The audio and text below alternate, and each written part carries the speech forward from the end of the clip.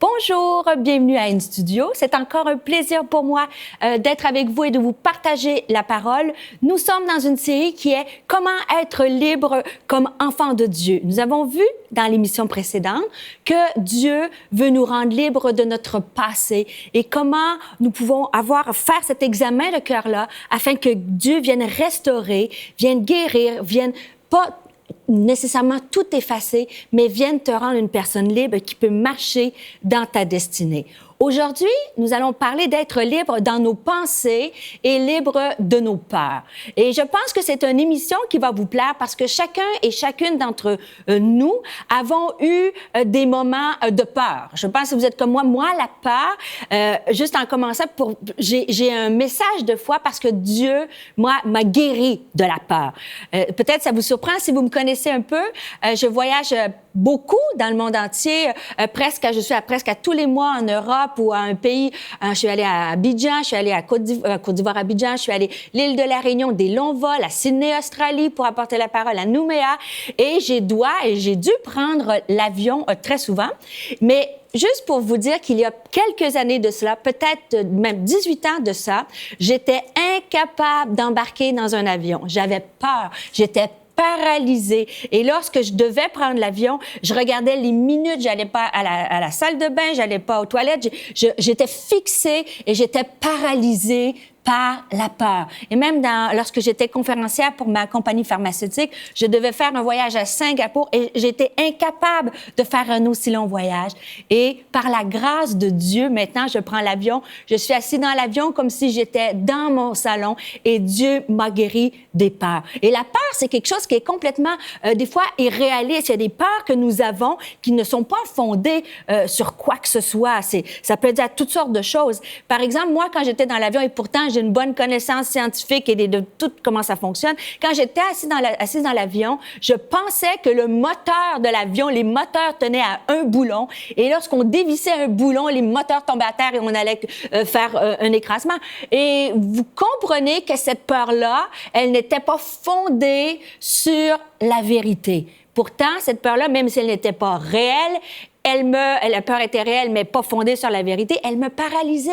Et un bon ami à moi, pasteur Denis Morissette, m'a dit, la peur, c'est comme un chien que tu promènes. Vous savez, les chiens, quand tu vas dans le parc, moi, j'ai un chien gribouille, un petit bichon tout blanc. Et lorsque je marche dans le parc, je vais vous dire, je crois que mes enfants sont très bien élevés, mais j'ai pas réussi avec mon chien. Alors, je cours comme ça avec mon chien. Et c'est le chien qui me dirige dans le parc. Mais la peur, c'est comme quand vous promenez votre chien. Ça ne devrait pas être le chien qui vous promène, ça devrait être vous qui promenez le chien. Alors, peu importe les choses que vous avez peur dans votre vie, emmenez le chien à côté de vous. Cette peur-là, c'est vous, par la force, par la grâce de Dieu, qui peut vous aider. Alors, il est possible d'être un homme, une femme libre de nos peurs et de nos pensées. Et bien souvent, ces deux thèmes-là sont reliés parce que la peur est beaucoup associée aux pensées. Avoir peur, la peur commence dans notre esprit. Moi, j'appelle les pensées négatives, j'appelle ça des invasions barbares. Si vous êtes québécois ou même partout dans le monde, en France, le film Les Invasions barbares est connu par le cinéaste Denis Arcand. Il a remporté même une palme d'or à Cannes. Et c'était fascinant parce que bien que le film décrit un peu les conditions de ce qui se passait dans notre société moderne, bon, je ne parle pas du film, mais l'idée d'invasion barbare, c'est ce genre de pensée-là que vous avez à 3 heures du matin quand vous n'arrivez pas à dormir. Vous avez un souci qui est gros comme ça, puis rendu à 3 heures, il est rendu énorme, et à 4 heures, 5 heures, 6 heures du matin, c'est un mammouth que vous avez devant vous, et les pensées ont commencé à vous envahir, à distorsionner la réalité, à enlever votre focus de la parole de Dieu. Et ça, si on est honnête, chacun et chacune d'entre nous a vécu des moments d'invasion barbare. Mais je veux aussi vous encourager que dans la peur, il peut sortir des choses que, lorsqu'on contrôle nos peurs, il peut sortir des choses merveilleuses de ça. Et aujourd'hui, le fait d'avoir été guéri de la peur de prendre l'avion, maintenant, ça me permet d'exercer le ministère que Dieu a pour moi. Et un autre moment de ma vie que je veux partager avec vous, où j'ai vraiment eu peur, c'est lorsque... je vous mets un peu dans le contexte historique si vous n'êtes pas du Québec, si vous êtes quelque part dans le monde. Il y a quelques années de cela, il y a eu une tuerie à l'école polytechnique, une école d'ingénierie sur Montréal. Et à cette époque-là, moi, j'étais étudiante au doctorat. Je faisais mes études de doctorat et j'étais dans mon laboratoire de recherche. J'avais pas encore d'enfant, j'étais mariée. Et le soir, à la radio, pendant que je travaillais sur mes recherches, j'ai entendu à la radio qu'il y avait eu un tueur, quelqu'un qui est rentré dans une école d'ingénierie, qui a fait sortir les garçons de la classe et qui a tué 14 filles. Et maintenant, c'était le chaos total à Montréal. Et au moment que je me commençais à poser des questions, il y a un agent de police qui est rentré dans mon laboratoire et a dit « Madame, vous ne pouvez pas sortir de votre laboratoire parce qu'il y a un tueur fou qui est en ville. On ne sait pas ce qui se passe, on ne sait pas s'il est mort, mais il en veut aux femmes de science. » Donc, ils ont mis un policier et on ne savait pas qu'est-ce qui se passait. Et je dois vous avouer qu'en ce moment-là, j'ai ressenti la peur. Donc, quand je vous parle de la peur, je peux comprendre. Cette fois-ci, c'était une peur réelle. C'était une peur qui avait un danger pour moi. Et par la grâce de Dieu, Dieu a permis que cette histoire-là a découlé sur un témoignage magnifique de vie. Lorsque j'ai apporté la parole pour la première fois, et je parlais sur les émotions, et vous allez comprendre mon point, je parlais devant un groupe de femmes et j'expliquais un moment de ma vie où j'ai eu peur, qu'il y avait une vraie menace pour moi. Et quand je me suis arrivée à parler, puis à décrire les événements de la Polytechnique, comment il y avait eu ce tueur-là qui était menaçant, et que malheureusement et tristement, le tueur, après avoir commis des gestes horribles, s'est enlevé la vie. Alors que je raconte cette histoire-là, il y a une dame qui est en face de moi qui se met à pleurer, qui se met à sangloter. Et moi, très jeune dans le ministère, je comprenais pas ce qui se passait. Et là, j'ai dit, « Ah, Seigneur, qu'est-ce qu'elle a? » Et à la fin, elle s'est présentée vers moi et elle m'a dit, « Je m'appelle Monique Lépine. Je suis la mère du tueur de Polytechnique, Marc Lépine. » Alors, voyez-vous comment, dans un geste de peur, qui est arrivé un événement que tu partages à quelqu'un, pour cette femme-là, il y a eu comme une libération.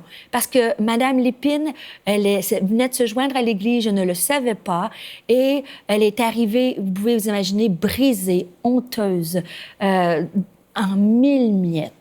Et j'ai vu, Dieu a permis de la mettre sur mon chemin avec l'équipe pastorale, la prière et bien sûr l'action de Dieu dans sa vie. J'ai vu cette femme rebondir, être rebâtie, être guérie de la peur, être guérie de la honte.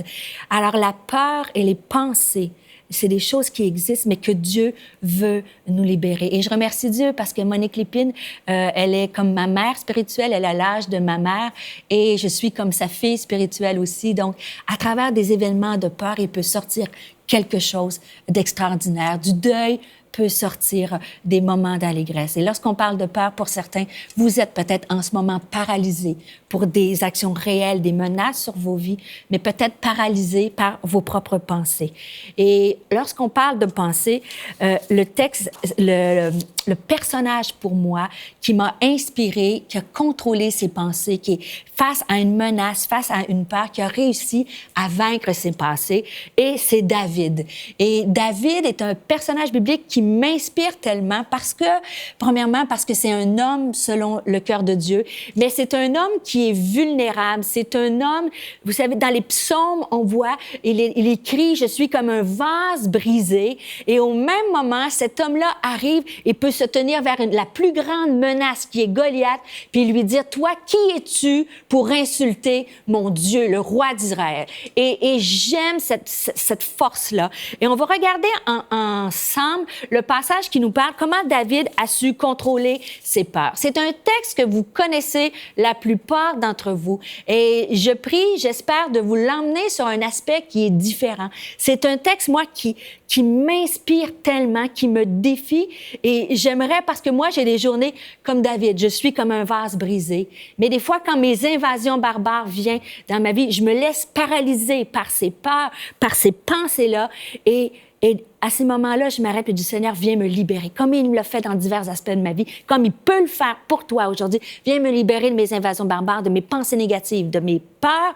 Et on peut devenir David et faire tomber les plus grands Goliaths de nos vies. Est-ce que vous le croyez?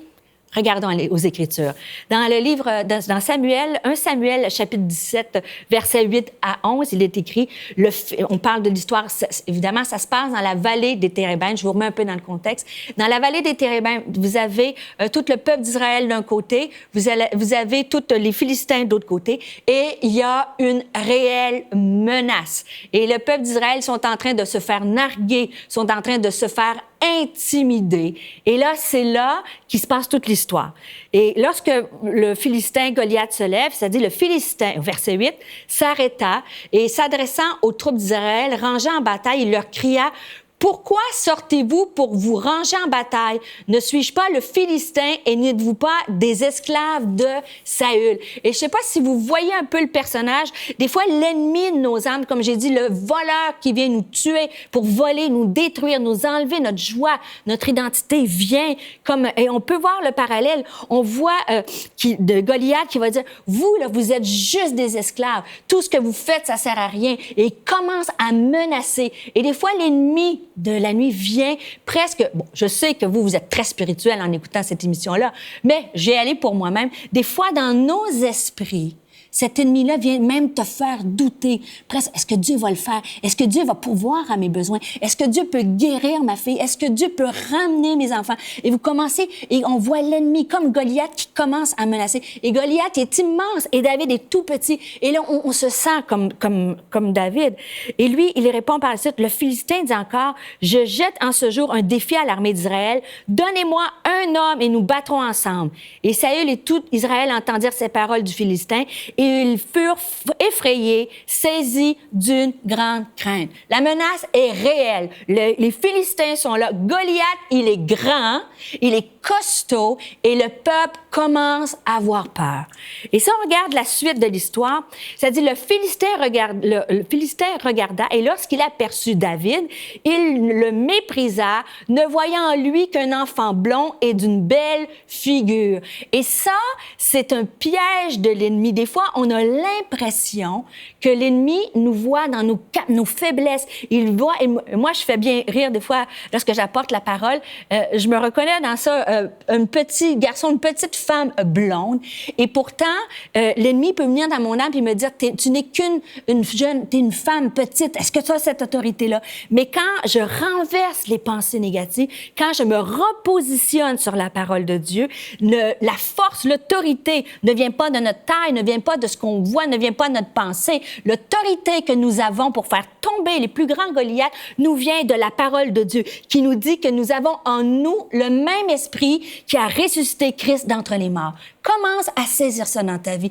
Les menaces, tout ce qui arrive, c'est pas vrai. Dieu a le pouvoir. Le Dieu qui sait tout, le Dieu qui connaît tout, le Dieu qui peut tout, t'a donné l'autorité de dire, dans le nom de Jésus, aucune force, aucune arme forgée, toutes les armes forgées contre moi seront sans effet. Toutes les armes forgées contre mes enfants seront sans effet. Déclare-le. L'ennemi va reculer dans le nom de Jésus. Il faut savoir, est-ce qu'on laisse les pensées, les peurs nous diriger? Pensez à mon petit gribouille qui marche dans le jardin et qui tire après moi. Un petit chien peut m'emmener à courir derrière lui. Une petite peur, une pensée négative peut t'emmener loin de l'autorité de Dieu. C'est à toi, c'est à moi aujourd'hui de dire, oups, je ramène mes peurs à côté de moi. Je ramène mes peurs et mes pensées sous la parole et les promesses de Dieu. Et si on regarde la suite du texte, c'est fascinant, ça dit, David va dire au grand Goliath, tu marches contre moi avec l'épée, la lance et le javelot, et moi je marche contre toi, au nom de l'Éternel des armées, du Dieu de l'armée d'Israël que tu as insulté. Je prie pour moi, pour toi, que quand les invasions barbares viennent, quand les peurs viennent, tu n'es pas un jeune homme ou une jeune femme blonde et petite de taille. Tu te lèves au nom de l'Éternel des armées. Tu te lèves au nom du Créateur de l'univers qui crée tout. Il a tout créé, bara, une création ex nihilo à partir de rien du tout, qui a mis la lumière dans l'obscurité, qui a fait les cieux, la terre, les milliards d'étoiles, et toi, tu es son enfant, et tu as son héritage, et tu as son autorité. Alors, les pensées, les invasions barbares qui viennent, comme des hamsters tourner la nuit, comme des mammouths te faire peur, n'ont aucun accès sur toi. Parce que les peurs, reprends ce que j'ai dit au début, les peurs peuvent être vraiment réelles. On n'est pas dans un déni, il y a des situations, des fois dans la vie de nos enfants, qui nous font mal, ça fait mal. On a peur de ce qui va leur arriver. Peut-être que c'est dans ton mariage, tu as peur d'avoir une séparation, un divorce, il se passe quelque chose.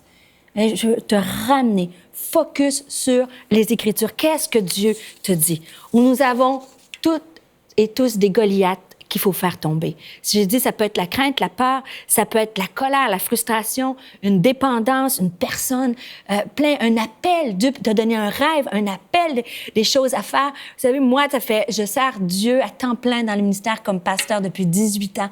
Et chaque année est un défi. Et je dépasse la cinquantaine.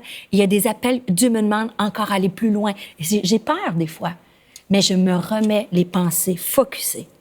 Dieu a des plans pour moi. Dieu est avec moi. Le Dieu de l'univers va me guider. Lorsque je l'appelle, il vient en puissance. La Bible nous dit qu'il vient en puissance à l'appel de son nom. Et chaque fois, si vous me connaissez, nous ne sommes pas dans le défi. Je dis toujours, je ne suis pas ici pour vous impressionner, vous n'êtes pas ici pour m'impressionner. L'Évangile n'est pas une baguette magique, mais l'Évangile n'est pas basé sur nos émotions. L'Évangile, notre vie est basée sur la parole de Dieu, sur les promesses. Et c'est ce que nous allons choisir aujourd'hui. Ce qui est important, si je vous posais la question, comment David a tué Goliath? Comment David a tué Goliath? Bien sûr, vous êtes dans votre salon ou peut-être dans la cuisine et vous dites, mais oui, David il a pris la fronde avec la pierre et il a tué Goliath de cette façon. Erreur. Une révélation que Dieu m'a donnée cette année qui a changé mes prières, qui ont changé ma façon de vivre ma vie chrétienne. Lorsque vous lirez le texte dans un moment opportun, vous avez du temps, et lorsqu'on regarde le texte, ça nous dit que David a pris la pierre, bien entendu, il a lancé la pierre et Goliath, de tout son long, de sa grandeur, et voit tes peurs, tes craintes, tes défis, Goliath est tombé de tout son long. Mais si vous relisez les Écritures, David a pris l'épée de Goliath, a pris l'épée et c'est avec l'épée de Goliath qui a enfoncé dans le cœur et qui l'a tué. Et après ça, là, je suis un peu sanguinaire. Vous voyez une petite blonde, mais en moi, il y a une défense. Je suis un peu sanguinaire, spirituellement, bien sûr. Et il a pris l'épée, il a coupé la tête de Goliath et il l'a emmené comme un trophée de victoire.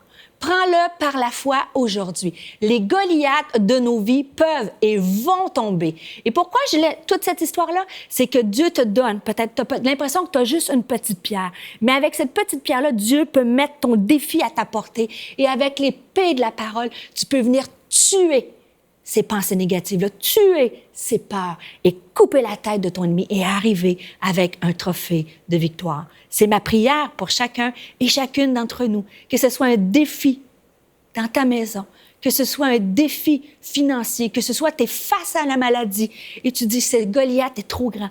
N'oublie jamais qu'avec la pierre, Dieu a permis à David de mettre son ennemi à sa portée. Puis avec la puissance de la parole, Dieu peut venir te libérer. Alors qu'on arrive tranquillement vers la fin de cette émission-là, j'aimerais vous emmener dans un autre vallée. Je vous ai parlé de cette histoire-là avec David et Goliath. Ce récit-là a pris forme dans la vallée des Térébintes. Mais en terminant, je voudrais vous parler d'une autre vallée, la vallée de l'ombre de la mort. Je voudrais m'adresser à des hommes ou des femmes que peut-être que David a traversé, il a écrit le psaume 23, il parle de la vallée de victoire des Térébintes, mais il y a aussi la vallée de l'ombre de la mort. Et vous connaissez dans le psaume 23, la plupart d'entre vous, vous connaissez ce texte qui dit, lorsque je marche dans la vallée de l'ombre de la mort, je ne crains aucun mal, ta houlette et ton bâton me rassure. Mais il y a un verset dans ce texte-là qui est fascinant. Ça dit, tu dresses devant moi une table en face de mes adversaires. Tu oins d'huile ma tête et ma coupe déborde. Et moi, je me suis posé souvent la question, qu'est-ce que cela veut dire? Tu places devant moi une table en face de mes adversaires. Et je me dis, on est dans un esprit d'ombre de la mort. Et la Bible est réelle, elle nous dit que nous allons avoir des adversaires. Et lorsqu'on décortique le texte, qu'on cherche un peu, découvert une perle. Cette table, la table que Dieu place en face de notre adversaire, c'est une table de communion. C'est une table où Dieu veut venir s'asseoir avec toi et être en communion. Et quand on est en communion avec lui, nos peurs, nos craintes, cette vallée de l'ombre de la mort disparaît. Ça dit même, tu vas oindre d'huile ma tête et ma coupe va déborder. Alors, cette table de communion, elle est pour toi, elle est pour moi. Il y a une table qui est là où tu peux échanger. Et c'est dans ce lieu-là avec Dieu, dans ce lieu de communion, que Dieu vient te renouveler. Je vais une petite anecdote pour illustrer ce point. J'ai eu le privilège d'apporter la parole à Paris alors que mon mari et moi, on fêtait notre 25e anniversaire de mariage. Et c'était fantastique parce qu'après ça, j'ai fait la conférence et par la suite, mon mari est venu me rejoindre. Et pour fêter nos 25 ans de mariage, mon mari m'a invité et c'était fantastique. Et moi, j'aime Paris, vous le savez, de tout mon cœur, j'aime cette ville. Et on a fait un tour, on a mangé sur le bateau-mouche. Et là, quand tu arrives sur le bateau-mouche, c'est juste fascinant. T'as les musiciens, les violons qui jouent, le champagne qui t'attend, le foie gras. Et c'est fantastique, la tour Eiffel qui scintillait, bien sûr, juste pour nous. Et dans ce moment-là, mon mari et moi, on a une table de communion. On échange et c'est là qu'on peut renouveler et on passe du bon temps. Et cette table de communion-là, faites le parallèle avec Dieu. Dieu veut avoir cette communion-là avec toi. Et lorsqu'on est ensemble et on parle, on a des moments qui nous ressourcent. Retour sur Montréal, Église Nouvelle Vie à Longueuil. On travaille toutes les deux à Nouvelle Vie. Et puis, après que j'ai voyagé, on a dit on va aller manger près de l'église dans un restaurant qu'on connaît et ainsi de suite. Alors, on prend du temps ensemble et là, on commence à discuter. Cette table de communion, elle revient. Et là, finalement, il y a quelqu'un de l'église qui nous connaît, on nommera pas le nom, et qui dit « Ah, Pasteur Luc, Pasteur Stéphanie, c'est merveilleux de vous voir. Ah, attendez, je reviens, je vous apporte un petit quelque chose. » Reviens, apporte un petit quelque chose. Finalement, « Ah, Pasteur Stéphanie, j'aimerais partager quelque chose avec vous. Savez-vous ce qui m'est arrivé? » Et là, finalement, commence à discuter. Elle éclipse presque mon mari, puis elle s'assoit et commence à discuter avec moi. Et finalement, à ce moment-là, je viens de perdre ma table de communion avec la personne avec qui je veux prendre du temps. Et la question que je te pose, qui est assis à la table avec toi? Est-ce que c'est tes peurs qui sont assises à la table avec toi? Est-ce que c'est tes craintes? Est-ce que c'est des pensées négatives qui te volent cette communion avec Dieu? Dieu n'attend que le moment d'avoir cet échange, de venir changer tes pensées, d'enlever ces invasions barbares-là. Et ça, c'est à tous les jours. Joyce Meyer a un livre que je vous recommande, qui est extraordinaire, qui parle « Le champ de bataille de vos pensées », qui est un best-seller. Et dans ce livre, elle nous parle que c'est une bataille quotidienne. Alors, avant de se quitter, je veux que avec moi, on va terminer en prière, mais qu'on puisse dire « Je m'engage. Je m'engage à garder cette table de communion avec mon Dieu. Et dans cette communion-là, il va venir enlever, diminuer mes évasions barbares. Il va venir me donner des paroles de vie, des paroles de joie, des paroles de paix. Et comme ça, ce n'est plus les peurs comme le petit chien qui va me diriger, mais c'est la parole de Dieu qui va diriger ma vie. Peu importe les circonstances, Dieu va marcher avec toi. Et juste te dire aussi en terminant, quel est ton Goliath? N'oublie pas que David, avec une simple pierre, son ennemi est venu à sa portée. Tu as la force par la grâce de Dieu de rendre tes pensées captives à la connaissance de Christ. La parole de Dieu nous dit que tout ce qui est saint, tout ce qui est juste, tout ce qui est agréable soit l'objet de nos pensées. Qu'est-ce qui est dans tes pensées? Des fois, je dis des paroles négatives, c'est des paroles qui nous font peur. Des paroles négatives aussi, c'est des paroles qui nous dégradent. Quand Dieu veut nous libérer de nos pensées, est-ce que ce que tu penses, c'est sain? Lorsque tu te dénigres devant un miroir, lorsque tu te traites de sotte ou de ci, de toutes sortes de noms, est-ce que c'est sain de penser comme ça? Est-ce que c'est sain de nourrir des paroles, de dire qu'est-ce qui va nous arriver? Que tout ce qui est vrai, tout ce qui est juste, tout ce qui est honorable par rapport à ta destinée, par rapport à toi-même, soit l'objet de tes pensées. Rappelle-toi que ça, ce n'est uniquement possible lorsqu'on est en communion avec Dieu, par nos propres forces. Lorsqu'on parle d'anxiété, de peur, de crainte, vous savez, c'est le fléau de notre société. Les médicaments qui se vendent le plus, et c'est pas un jugement, c'est des statistiques, les médicaments qui se vendent le plus en ce moment, particulièrement en Amérique du Nord, ce sont les anxiolytiques et les antidépresseurs. C'est une société qui souffre. On souffre d'anxiété, de crainte, et c'est vrai. Et il y en a, c'est des troubles paniques.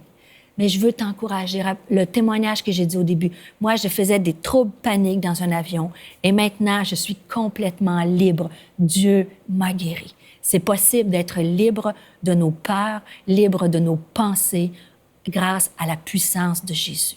Mais il y a une décision. Qui te dirige? Il faut revenir et remettre Jésus à sa place. Ne te laisse pas distraire. Alors, en terminant, je vous invite à courber la tête. On va prendre un moment. Mais pense à ton Goliath. Mets un nom sur ton Goliath. Qu'est-ce qui te fait peur? Le Goliath s'appelle peut-être maladie.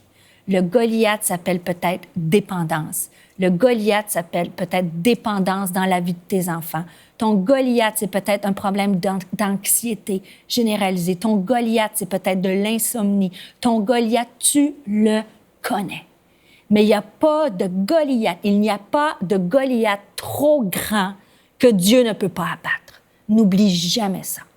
N'oublie jamais ça, que le Dieu de l'univers vient en puissance à l'appel de son nom et qu'il peut immédiatement venir calmer. C'est celui qui calme les vents. Jésus, il était dans la barque alors que la tempête prenait place. Il s'est levé, il a calmé les vents. Aujourd'hui, Dieu peut calmer les vents de tes peurs, de tes pensées négatives, de ton anxiété. Alors, on va lui demander, viens calmer nos tempêtes. Alors, courbons la tête, fermons les yeux. Seigneur, je te remercie pour ta parole qui est puissante. Je te remercie pour ta fidélité. Je te remercie parce que peu importe ce que nous traversons, qui nous sommes, ce n'est pas une question de compétence, c'est une question de puissance avec toi.